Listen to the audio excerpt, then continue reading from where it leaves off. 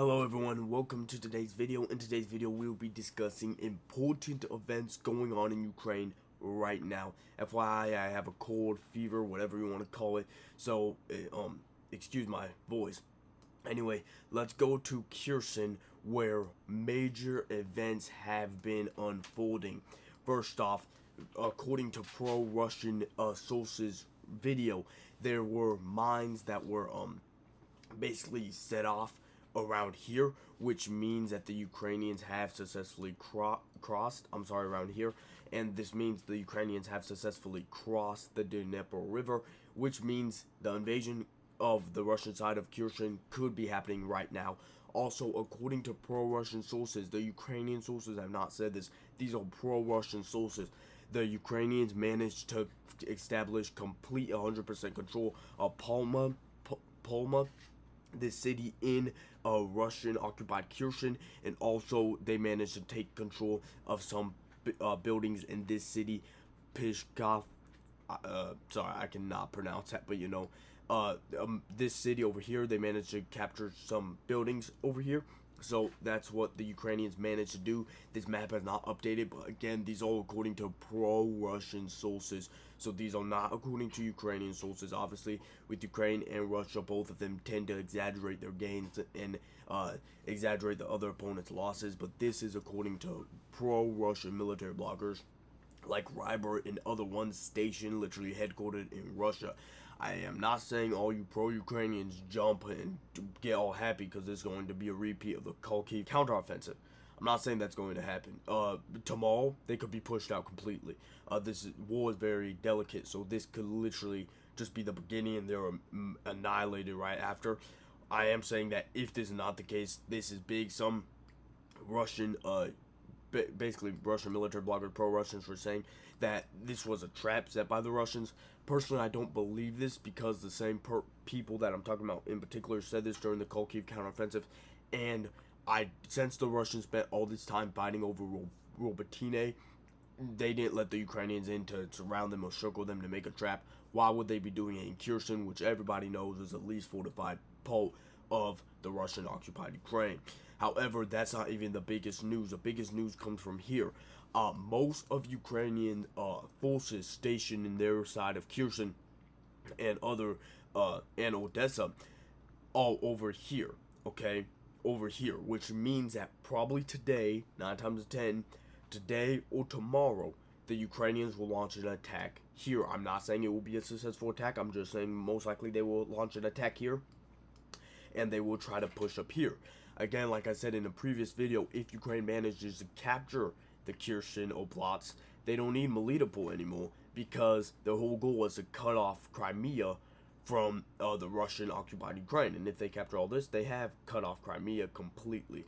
So this is big, and this is why I don't think the Russians are just going to let the Ukrainians have an easy walk in the park with this. So we, 9 times 10, are going to see a lot of footage, geolocated footage, probably of wrecked Ukrainian vehicles, probably some on the Ukrainian side. I'm not saying there's going to be a repeat of the Ukrainian counteroffensive, but I'm not saying, definitely not saying, it's going to be a repeat of the Ukrainian Kharkiv counteroffensive. Okay, moving on to Verbobe. According to Ukrainian sources with geolocated footage, the Ukrainians managed to recapture this little pink area that the Russians, took from the Ukrainians on the 15th of October. These were very significant and important trenches, and according to an attack that the Russians reported earlier, yesterday, the 17th, the Ukrainians got obliterated in an attack on Verbobe. The important thing is they were literally right here. The geolocated footage right here, right by the entry of Verbobe. The Russians showed the video after the attack, so we don't know if any Ukrainians survived that and managed to establish some positions in Verbobe. Frankly, I don't think so because we haven't gotten geolocated footage from Verbobe on the Ukrainian side. However, if we go back to the video of Ukraine controlling those positions, either the Ukrainians are very stupid or they know that the Russians are not equipped well in this area, because there's a Bradley just standing right in the open, and that could have something to do with, if you guys haven't known this, I'm pretty sure you guys do, the Ukrainians use ATACMS for the first time recorded on a Russian helicopter base KA-52, I believe that's what it's called, and according to some sources, damaged 8 plus helicopters, destroyed 8 plus helicopters. Now moving on to Avdiivka, the fighting has recontinued, and this is the video you're seeing right now. Ukrainian sources posting that the Russians were going to this landfill again. The attack was stopped from all that we see on the footage. Russia has not given us anything to counter this footage. Vehicles were destroyed. Infantry were destroyed. According to geolocated footage, geolocated evidence from Ukrainian military bloggers, 140 Russian vehicles have been destroyed already near Avdiivka.